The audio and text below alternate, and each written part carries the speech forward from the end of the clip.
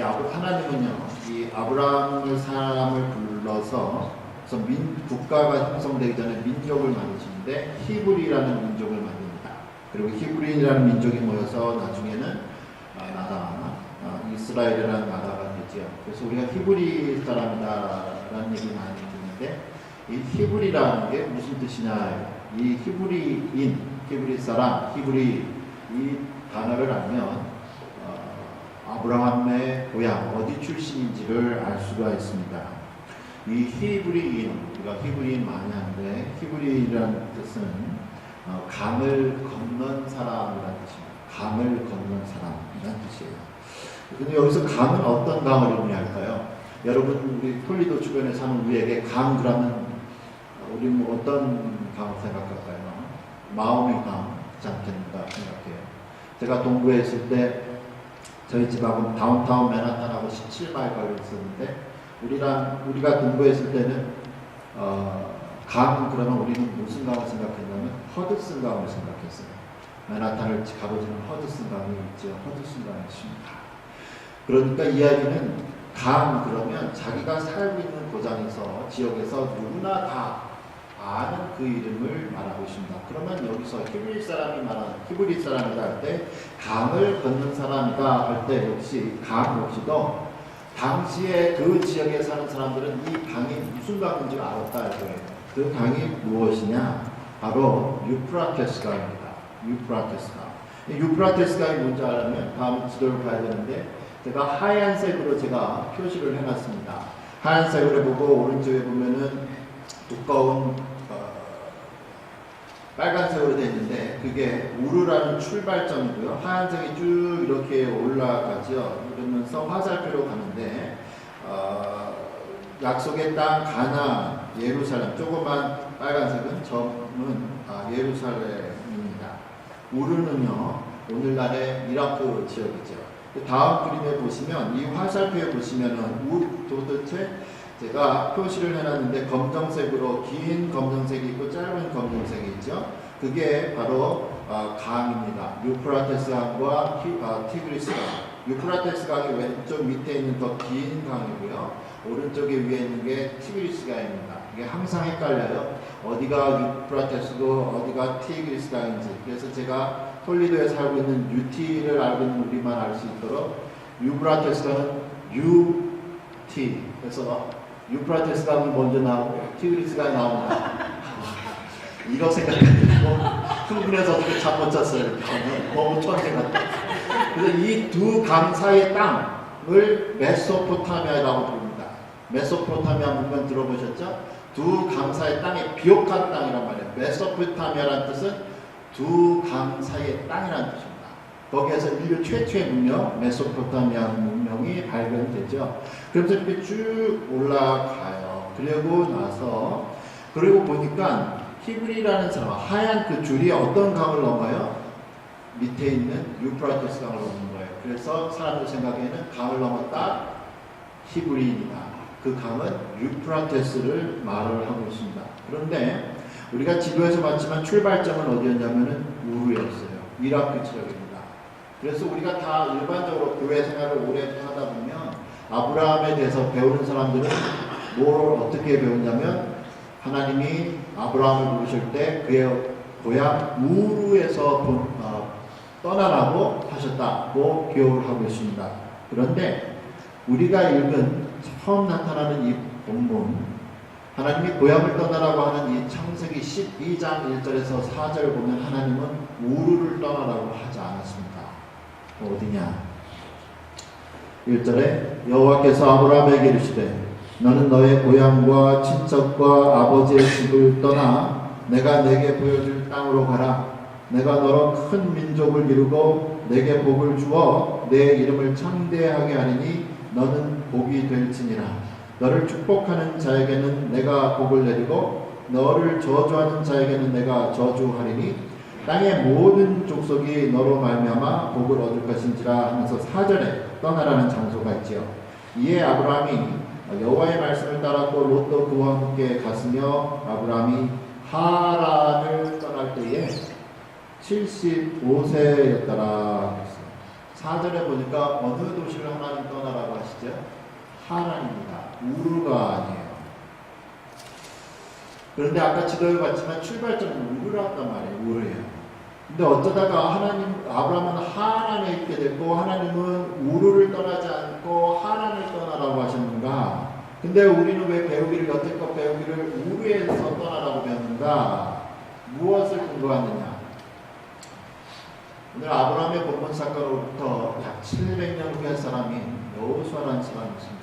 모세의 후계자 여호수아가 이렇게 이야기를 하죠.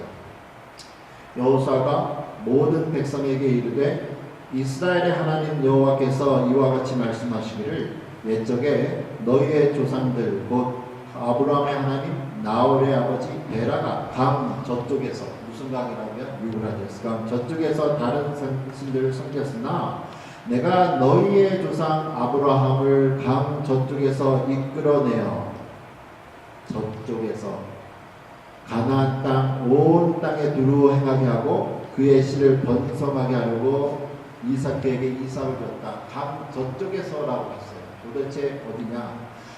사도행전 7장에 보면 제가 설교를 보내면서 그걸 깜빡하고 지워버렸는데 사도행전 7장 4절에 스데반은 이렇게 말을 하고 있습니다. 뭐를 하고 말을 하고 있냐면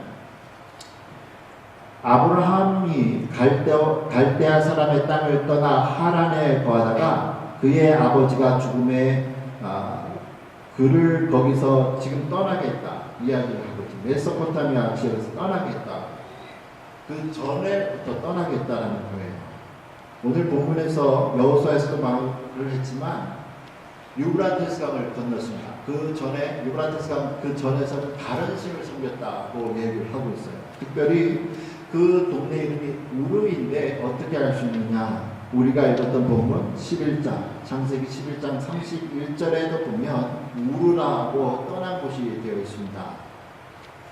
그런데 지금까지 여기까지는요. 창세기 11장까지는 주인공이 아브라함이 아니고 그의 아버지 데라입니다. 데라가 그 아들 아브라함과 하란의 아들인 그의 손자 롯과 그의 며느리 아브라함의 아들 사레를 데리고 갈대아인의 우르를 떠나 누가 떠났다고요? 주체하는 데라가 우르를 떠났다고 해요. 가나안 땅으로 가고자 하더니 했습니다. 이 성경 구절만 보면 우르라는 고향을 떠나고 한 주체가 누구냐면 아브라함이 아니에요. 데라, 아버지 데라였습니다. 그런데 창세기 아까 여호수아나 느헤미야에서도 그렇고 아까 사도행전 7장에서도 보면 우르를 떠나자고 했던 주체는 누구로 나와 있냐면 아브라함으로 되어 있습니다. 하나님이 우르를 떠나라고 했습니다. 근데 지금 우리가 갖고 있는 정보인 창세기 11장을 보면 우르를 떠나는 주체는 데라, 아브라함의 아버지예요. 왜 그렇게 됐냐? 분명 우르에 살았을 때, 오늘날에 이라크에 살 때, 지금도 이라크에 우르라는 동네가 있는데 거기에 살 때 하나님이 나타나셨습니다. 하나님이 아브라함에게 떠나라고 하죠. 여러 가지 갈등 속에서 이게 정말 하나님의 음성인가 아닌가 옥신각신하다가 하나님이 것이다, 하나님이다 라는 확신 속에서 아버지한테 가서 얘기하죠. 아브라함이 아버지 하나님의 음성을 들었습니다. 우리 여기 떠나야 됩니다. 아버지가 떠날 이유가 없죠. 잘 살고 있는데 왜 떠나요? 가뜩이나 아버지는 삼형제 세 아들 두고 잘 행복하게 살고 있었습니다. 그 삼형제의 이름이 창세기 11장 26절에 나오는데 데라는 70세에 아브라함과 나홀과 하란을 낳았더라. 행복하게 삼형제들하고 아버지가 잘 살고 있는데 그리고 비옥한 이 메소포타미아 문명의 핵심적인 이 우르라는 곳에서 비옥한 땅에서 잘 살고 있는데 아들 아브라함이 떠난다고 하니까 떠날 이유가 없죠. 왜 떠나냐? 이럴 때 아브라함이 확 뛰쳐나가서 나갈 수 있었는데 떠나지 않았습니다. 참고 아버지 기다렸죠. 그런데 하나님이 강력하게 역사를 하셨습니다. 무슨 사건이 데라에게서 나타나는데 삼형제 중에 한 아들이 하란이 죽습니다. 창세기 11장 28절이죠. 하란은 그 아비 데라보다 먼저 고향 갈대아인의 우르에서 죽었더라. 아브라함이나 게라나 이런 사명자들의 고향은 우르였어. 거기에서 죽었어. 거기에서 아브라함이 하나님을 떠나라는 얘기를 들었는데 아버지는 안 떠났어요. 참았지. 아들이 죽으니까 아버지가 괴로웠어요. 여기 떠나고 싶었습니다. 가는 곳마다 아들의 흔적이 보니까 도대체 살 수가 있어요. 떠나자. 안 그래도 아브라함도 뭐라고 얘기하는데 좀 떠나자. 그래서 이사를 가기 시작하자. 가나안 지역으로 갔습니다. 최종 목적지 가나안입니다. 가나안. 거기를 향해서 가는데 아까도 우리가 11장 31절에 봤지만 최종 목적지는 가나안이었어요. 그런데 가다가 3분의 2 지점 하란에서 사건이 생겼습니다. 제가 지도에 노란색으로 보여 있습니다. 노란색 약 3분의 2 정도 여정에 있는데 거기에 있죠. 이 하란이라는 것이 어떤 것인가? 다음 지도에 보시면 여기는요 위치를 보시면은 아프리카와 아시아 그리고 왼쪽에 좀 반도처럼 튀어나온 것이 오늘날의 터키입니다. 거기에 요충지예요. 오늘 유럽과 아시아와 아프리카가 만난 그 요충지에 하란이 있었어요. 그래서 많은 문명들이 있고 새로운 것들이 와갔습니다.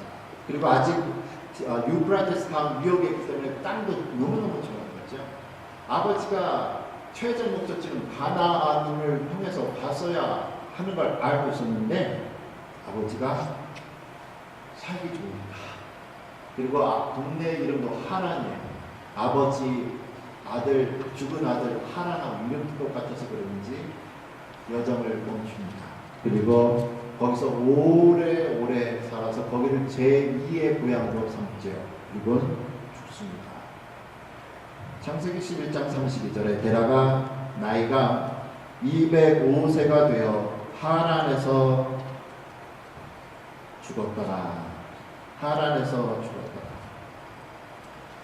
여행의 목적지 거의 3분의 1만 가면 다 끝나는데 3분의 2 이 하란 살기 좋은 곳에서 멈춘 이 사람 보면서 우리 어떠한 교훈을 받는가? 두 가지 교훈을 받습니다. 내가 혹여나 여기 계신 분 중에 아직 예수님을 믿지 못하고 계시다는 분들 그리고 믿음에 한번 다 믿어보겠다 한번 시작했단 말이에요. 그런데 이 세상이 너무 재밌는 거예요. 예수님을 믿는 겁니다. 하란처럼 모든 교통의 요충지고 문화시설이 잘 되어 있어서 그 세상 재미에 빠져가지고 아버지 데라가 못 빠져나오고 해서 죽는 것처럼 신앙생활을 하려다가 보니까 너무너무 신앙생활 좀 단조로운 것 같고 재미없어요. 힘들기도 하고 내가 원하는 대로 또 일이 잘 풀리는 것 같지도 않고 오히려 그냥 세상 재미에 푹 빠져가지고 신앙생활 못하고 예수님 못 믿게 되는 경우가 있습니다. 그러한 것을 우리 예수님도 경고를 하셨죠. 마태복음 13장 아래에 예수님 이런 비유를 하셨습니다. 그런즉 씨 뿌리는 비유를 들으라. 아무나 천국 말씀을 듣고 깨닫지 못할 때는 악한 자가 와서 그 마음에 뿌려진 것을 빼앗나니 이는 곧 길가에 뿌려진 자요 돌밭에 뿌려졌다는 것은 말씀을 듣고 즉시 기쁨으로 받되 그 속에 뿌리가 없어 잠시 견디다가 말씀으로 말미암아 환난이나 박해가 일어날 때에는 곧 넘어지는 자요 가시떨기에 뿌려졌다는 것은 말씀을 들으나 세상의 염려와 재물의 유혹에 말씀이 막혀 결실하지 못하는 자요 좋은 땅에 뿌려졌다는 것은 말씀을 듣고 깨닫는 자니 결실하여 어떤 것은 100배 어떤 것은 60배 어떤 것은 30배가 됩니다. 그래서 믿음 생활을 하려고 하지만 우리의 다 영적인 하나님 때문에 그래서 거기에 주저앉고 있을 수 있습니다. 바라기는 아직 여기 계신 분 중에 나 정말 예수님 믿으려고 하는데 잘 안 믿어진다 하신 분이 있다면 세상적에서 빠져나오시고 이해는 안 되지만 더욱더 믿음의 발걸음을 보시면 영적인 가나 천국에 이룰 수 있습니다. 또 하나 우리가 갖는 교훈이요. 이미 예수님을 믿는 사람들에게 주신 교훈입니다. 우르가 하나님이 아브라함을 처음 부르신 곳이고 최종 목적지가 예루살렘 가나안 땅이라면 하나님은 우리를 처음 부르셨을 때 영적인 아이가 그 상태가 우르입니다. 그런데 하나님께서 우리에게 그 최종 목적지 가나안 예루살렘 그리스도의 장성한 분량에 이르도록 한 것이 우리의 목적지입니다. 그리스도의 장성한 분량을 우리 성장하라고 하시죠. 이제 갓 태어난 우르 지방에서 아이가 성장하기를 원하십니다. 최종 목적지는 하나입니다. 그리스도의 장성한 분량입니다. 그리스도의 장성한 분량은 어떤 것인가? 원수까지도 사랑하는 겁니다. 원수를 축복하고 원수를 기도하는 겁니다. 그런데 신앙생활 하다가 우리가 편한 곳, 영적인 하랑에서 멈출 수 있습니다. 내가 만나고 싶은 사람만 만나는 데서 멈출 수 있고요. 내가 하고 싶은 일만 하는 데서 내 편한 대로만 하고 싶은 거예요. 성경은 말하죠. 계속 더해라, 계속 더해라, 더 나아가라 이야기하고 있습니다. 그 영적인 파란을 벗어나라.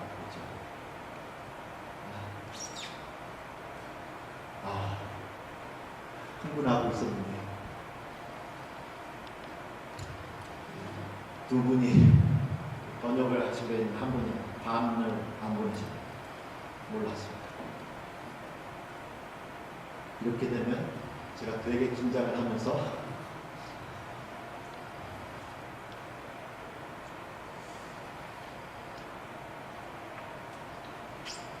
그러면서 우리는 보고 싶습니다. 나는 영적인 하란에 있는가? 내가 만나고 싶은 사람, 나 편한 사람만 나는 만나는가? 나는 주의 일을 할 때 주님은 저기까지 해라 하시는데 뭐 그것까지 할 필요 있나? 요 정도만 하지. 멈추는 건 아닌가? 한번 다시 생각해 보죠. 그리고 오늘 설교 제목을 효자 아브라함이라고 부르습니다. 효자 아브라함이다. 왜 효자 아브라함이라고 부릅니다? 우리는 게라가 몇 살 때 그의 고향을 떠났는지는 잘 모릅니다. 그런데 11장 26절을 보면 데라가 11장 26절에 보니까 데라가 70세에 아들을 낳기 시작했습니다. 아브라함, 나홀, 하란 이런 순서로 되어 있죠. 70세 이후에 낳기 시작을 하는 거죠. 아브라함이 처음 거론이 된 거 보니까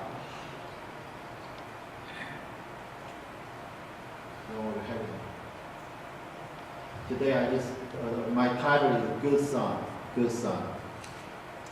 Why is Abraham is a good son? And we want to know what good did he have, what potential did he have as a good son.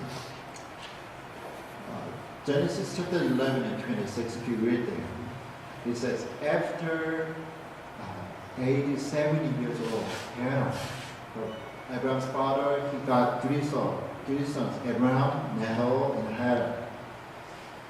So it seems like Abraham is the first son. In the Bible we just read, Terah, he died at the age 205 years old. So if Abraham was born at Terah's age 70, and he died at 205, then how old did Abraham could be? 205 minus 70, 135. 데라가 70살에 아브라함을 낳았다 하죠. 그리고 성경 11장 마지막에 보니까 데라가 205세에 죽었다고 합니다. 그러면 205세에 죽었을 때, 데라가 205세에 죽었을 때 70살에 아브라함을 낳았으면 그 당시에 아브라함 나이가 몇 살이죠? 205 빼기 70 하면 135세입니다. 그런데 창세기 12장 4절에 보니까 아브라함 보고 하나님이 하란을 떠나라고 했을 때 그의 나이가 몇 살이라고요? 75세입니다. 그러니까 135세에서 75세. 아브라함이 135세, 아버지가 죽었을 때 135세라고 봤을 때, 그리고 하나님은 떠나라고 창세기 12장 4절에서 75세라고 봤을 때, 75세 떠났으면 60년을, 135 빼기 75세, 60년을 아버지 혼자 두고 떠난 거예요. 그렇게 결론이 납니다. 그런데 성경을 안만 봐도 아브라함은 아버지가 죽은 후에 떠났습니다. 죽기 전 60년 전에 떠난 게 아니라는 거죠. If you see the Bible here that way, Abraham was 135 years old when his father died. At Genesis chapter 12 and verse 4, he said Abraham was 75 years old when he left Haran. That means he left about 60 years before his father died.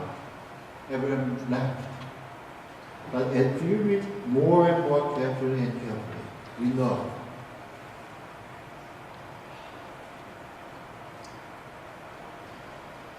Abraham left his father's house right after his father died. I'm sorry, it might take too long if I just translate this way. It's almost 12:05, 떡국 망가지기 때문에 제가 한글로만 계속 하겠습니다. 양해 구합니다. So because the time consuming, I just go to Korean.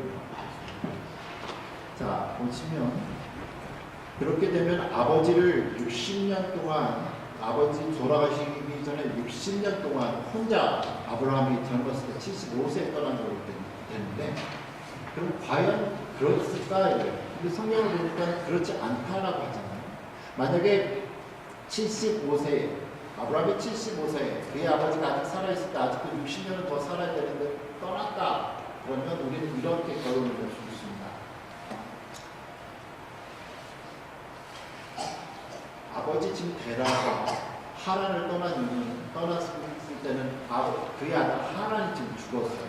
그래서 우르를 떠났습니다. 그래서 정착하던 곳이 하란이죠.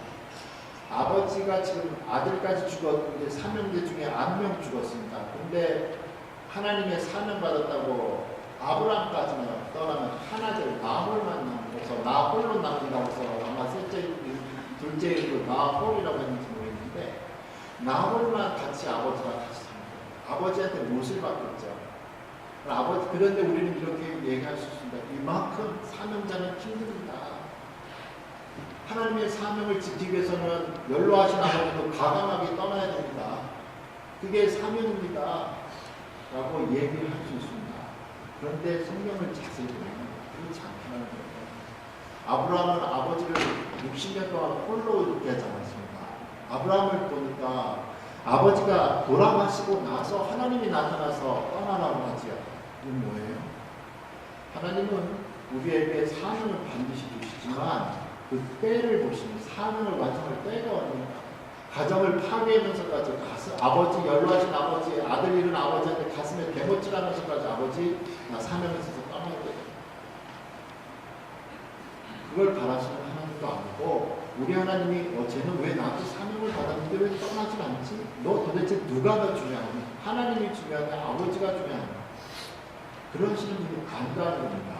오늘 읽는 성경에 있답니다. 그러한 이름 때문에 물론 예수님도 분명히 말씀하시죠. 나를 따르려고 제 십자가를 져야 되며 아버지를 부인해야 되고 자녀를 다 원수가 된다. 분명히 말씀하셨습니다. 그런데 지금 무엇을 말씀하시는가? 이단들의 특징은 뭐예요? 이단들의 특징들 한국에서 뭐 신천지라는 이런 이단들의 특징은 다 가정을 떠났죠. 자녀들이 집 떠나고요. 어머니 아버지 떠나고요. 부부가 갈라지고 집 떠나고 가정 파탄시키죠. 왜? 하나님이 하라고 했다고 했어요. 하나님은 가정을 파탄시키는 분이 하나님은 아니라는 걸 오늘 이야기하고 계십니다. 그래서 보면은 하나님은 75세 때 하나님을 떠났고 그때 아버지가 죽은 나이가 205세예요. 그렇다면 205세에 아버지가 죽었을 때 아브라함이 75세면 아브라함이 몇 살 때 태어났는지가 계산이 나옵니다. 205 빼기 75 하면 130. 이 아이 아브라함을 낳는 거예요. 그런데 아까 보한 것처럼 성경책을 보니까 데라가 70살에 아브라함과 데라와 나홀과 하란을 낳았다고 했잖아요. 그럼 어떤 성경이 지금 맞냐 이거죠? 70살에 아브라함을 낳은 것인가? 아니면 데라가 130살에 아브라함을 낳았냐 이거예요. 누가 어떤 성경이 맞는가 이겁니다. 아브라함은 데라가 아브라함을 낳았을 때 70살이 아니었습니다. 근데 성경이 70살이라고 나왔잖아요. 어떻게 이해해야 되느냐. 그리고 첫 번째 전남의 순서로 아브라함을 먼저 넣었는데 어떻게 이해해야 되는가. 이것은요. 아브라함이 비록 첫째가 아니었지만 이제 역사의 흐름상에서 아브라함이 첫째가 아님에도 불구하고 이 사람은 이스라엘의 선조가 되기 때문에 아브라함을 처음으로 순위에 올려놨다고 학자들은 이야기합니다. 그리고 왜 아브라함이 장남이 아닐 수밖에 없는 이유가 여기 있습니다. 성경을 우리가 계속 읽다 보면 아브라함이 100세에 이삭을 낳습니다. 그때 부인의 나이는 90세입니다. 그럼 100에서 90이 되면 몇 살 차이가 나죠? 자기 아내와는 10살이 차이가 나요. 10살이. 만일 아브라함이 장남이다 그러면 10살 아래의 사례는 조카인데 조카와 결혼할 수가 없습니다. 왜 그러냐? 만약에 아브라함이 30살에 예를 들어서 30살에 결혼을 했다고 생각하고 아브라함이 장남이라고 생각해보세요. 자기 동생들 나홀과 하란의 동생 둘 중에 한 사람의 동생과 딸과 결혼을 했어야 되겠습니다. 자기의 조카와. 그러면 자기가 지금 30살이니까 하란은 지금 몇 살이어야 되죠? 10살 차이 나니까 20살입니다. 20살이에요. 그러면 아브라함이 지금 30살일 때 자기 조카애가 나홀이나 하란을 통해서 낳은 아이가 조카애가 20살이라면 이 아빠 사라의 아빠는요 아브라함이 큰 형이 30살이기 때문에 둘째가 아무리 2살 차이 나서도 28살이라고 해도 28살짜리 아버지가 20살짜리 딸을 갖고 있어야 됩니다. 그럼 몇 살에 결혼해야 돼요? 임신기간 1년을 쳐도 7살에 결혼해서 임신시켜야 돼요. 말이 안 돼요. 그러니까 장남이 아브라함이 될 수가 없다는 거예요. 그런데 또 다른 성경 말고 다른 책, 유대교사라는 유대인의 책, 역사책, 유대교사라는 책에 보면 6장 5절에 보면 하란의 두 자녀가 있었습니다. 한 사람이 사라이고 한 사람이 롯입니다. 그러니까 하란이 아브라함보다 더 형이에요. 그 형이 죽으니까 첫째가 죽은 거죠. 아버지가 너무너무 가슴이 아파서 우르를 떠나게 됩니다. 그렇게 되는데 우리가 지금 나이를 계속 아브라함의 나이를 보면서 이유가 있죠. 왜 이유를 묻는가? 아브라함의 나이를 찾아봤습니다. 공부를 해봤습니다. 그 이유는 아브라함이 하나님께 사명을 받았을 때 갈대아 옥에서 처음 사명을 받았을 때는 더 젊었겠죠. 그때 떠나지 않았잖아요. 아버지가 여러 가지 이유에서 아들 하나를 죽으니까 여기 못 살겠다. 다 있고 싶다. 그래 떠나자. 할 때까지 기다렸습니다. 그리고 갈대아로 가는 길에 하란이 오는데 아버지가 너무 보기 좋았죠. 아브라함이 나비가 났어요. 아버지 지금 왜 떠오르시나? 하란이 죽었는데 아버지가 아들까지도 죽었는데도 또 정신 못 차리시나? 아버지 정말 왜 그러세요? 우리 갈 곳은 가나안이구나. 이렇게 아버지 협박하잖아요. 아버지는 마음대로 하세요. 나는 그냥 내 사명이 있으니까 나 갈래. 하지 않았습니다. 연로하신 아버지 돌아가실 때까지 여기서 기다렸다는 거예요. 기다렸습니다. 아버지가 죽고 나니까 아버지 마음 상처 주기 싫어서 기다리니까 하나님 그 마음 귀하게 여기시고 창세기 12장 1절에서 내가 너를 복의 근원으로 삼겠다. 자기 아버지 정말 아무리 하나님의 사명 받았지만 아버지 정말 섬기려고 하는 이 아이, 이 사람 아브라함 하나님 귀하게 보셨습니다. 눈에 보이는 아버지는 저렇게 잘 섬기는데 눈에 안 보이는 하나님 얼마나 더 잘 섬기겠구나. 하나님이 귀하게 보셨죠.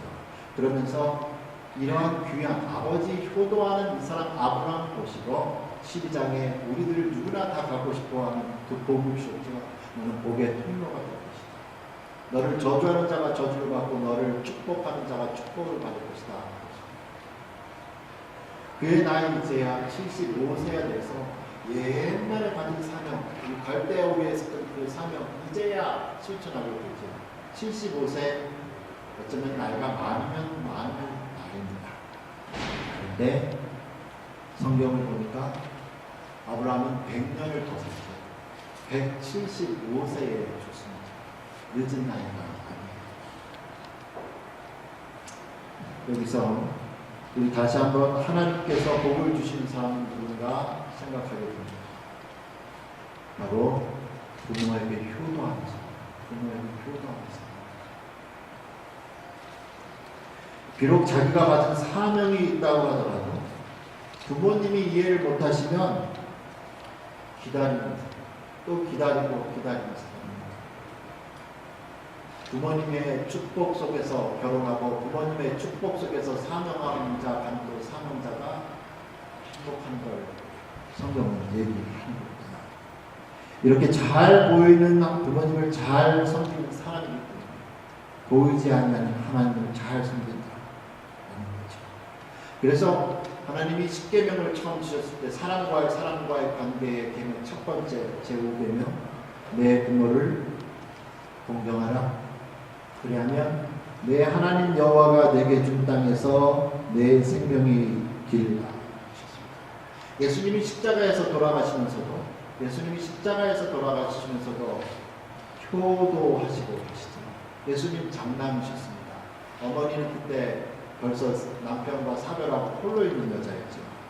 홀로 있는 어머니 두고 갈 거 생각하니까 장남인 자신이 너무 괴로워서 이렇게 얘기를 하지요. 요한복음 19장에 어머니 예수께서 자기의 어머니와 사랑하시는 제자가 곁에 서 있는 것을 보시고 자기 어머니께 말씀하시되 여자여 보소서 아들이니라. 요한복음 보면 얘야 너희 어머니다. 그래서 요한이 어머니 마리아를 모시고 가서 모셨다고 하고 있습니다. 우리가 정말 눈에 보이지 않는 하나님 잘 섬기고 복받겠다 그런다면 눈에 보이는 부모님 잘 섬겨야 합니다. 이런 얘기는 청년들이나 중고등부 학생들, 썬데이스쿨 애들이 들어야 되는데 다 어르신들 같으신지. 그게 비밀이에요. 내 부모를 공경하는. 그럼 우리는 어떻게 되는가? 교회도 역시도 마찬가지죠. 교회에 정말 연로하신 어르신들 잘 섬겨야 됩니다. 교회에 연로하신 어르신들 잘 섬겨야 되고, 교회 바깥에 연로하신 어르신들 잘 섬겨야 됩니다. 물론 교회의 사명 영원 구원입니다. 그런데 영원 구원이라는 사명